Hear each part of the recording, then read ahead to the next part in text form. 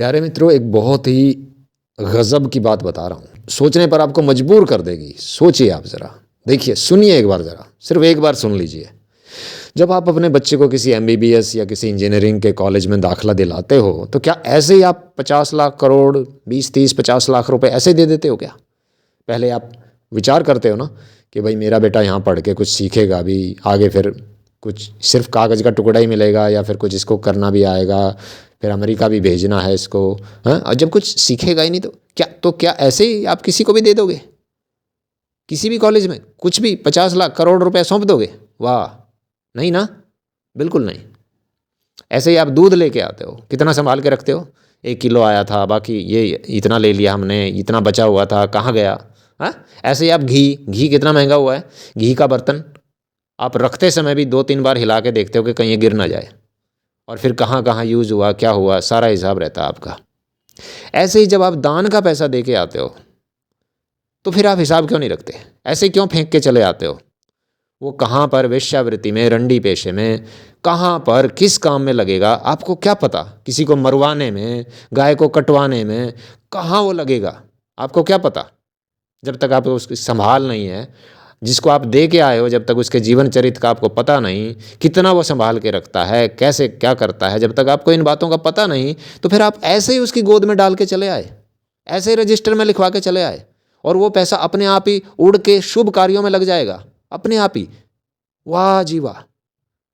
ऐसी कौन सी जगह है जहां पर आप अपना पैसा डाल देंगे और वो उड़ के केवल शुभ कार्यों में लगेगा?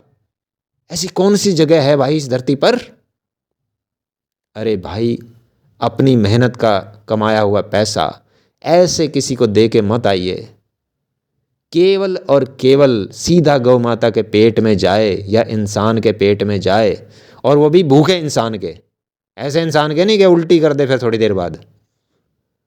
तो जब तक आप ऐसे अपने पैसे को नहीं लगाओगे, इतनी गारंटी आपको नहीं मिलेगी आपके पैसे की, तो आप क्यों अपना पैसा बर्बाद करते हो?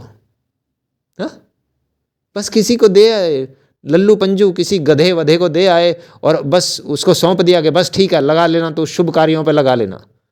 इतना बड़ा संत महात्मा है वो कि वो उसको पता है कि कौन से शुभ कार्य हैं और कहाँ ये लगना चाहिए। अरे वो तो उनकी दारू पी जाएगा, वो तो वेश्या को बुला लेगा वहीं पे गौशाला में ही, और आपके पैसे से मौज उड़ाएगा। आपको क्या पता चलेगा कि उसने कहाँ लगाया? अब आप कहोगे कि नहीं, भगवान देखता है। क्यों भाई, भगवान के पास यही काम रह गया है क्या? क्यों दे के आया आप वहाँ पर? क्या आपको ऐसी जगह नहीं मिलती संसार में जहाँ आप अपना डायरेक्ट पैसा खर्च कर सको, सीधा किसी के पेट में चले जाए? क्या आपके पास इतना समय नहीं है? सोचो, सोचने की बात है जरा। आप किस पर विश्वास कर लेते हो और कैसे अपना पैसा दे देते हो? वाह वाह! आपको क्या पता कि वो गौ माता को बचाने में लगेगा या गौ माता को कटवाने में लगेगा? हो सकता है वो 2 4 गायें रात रोज बेच देता हो गौशाला में से कसाईयों को, और लाखों रुपए मिलते हो उसको, करोड़ों। आपको पता है? क्या गौशाला में सारे गौ भक्त रहते हैं क्या? किसी आपने गोरक्षक को दे दिए पैसे, मेरे जैसे को, बेवकूफ को, और वो गोरक्षक मांस की गाड़ी रुकवाता है और उनसे लाखों रुपए की रिश्वत ले लेता है और कह देता है कि जाओ भाई ले जाओ, कोई बात नहीं, मैं नहीं बताऊंगा किसी को भी, क्योंकि उसको गोरक्षक वालों ने कार्ड बना के दे रखा है, इसलिए उसके बल पर वो लाखों रुपए कमाता है।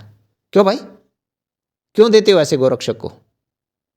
इतनी मजबूरी हो गई आपको अपना पैसा बर्बाद करने की? कहीं और नहीं लगाने को मिलता आपको अपना पैसा?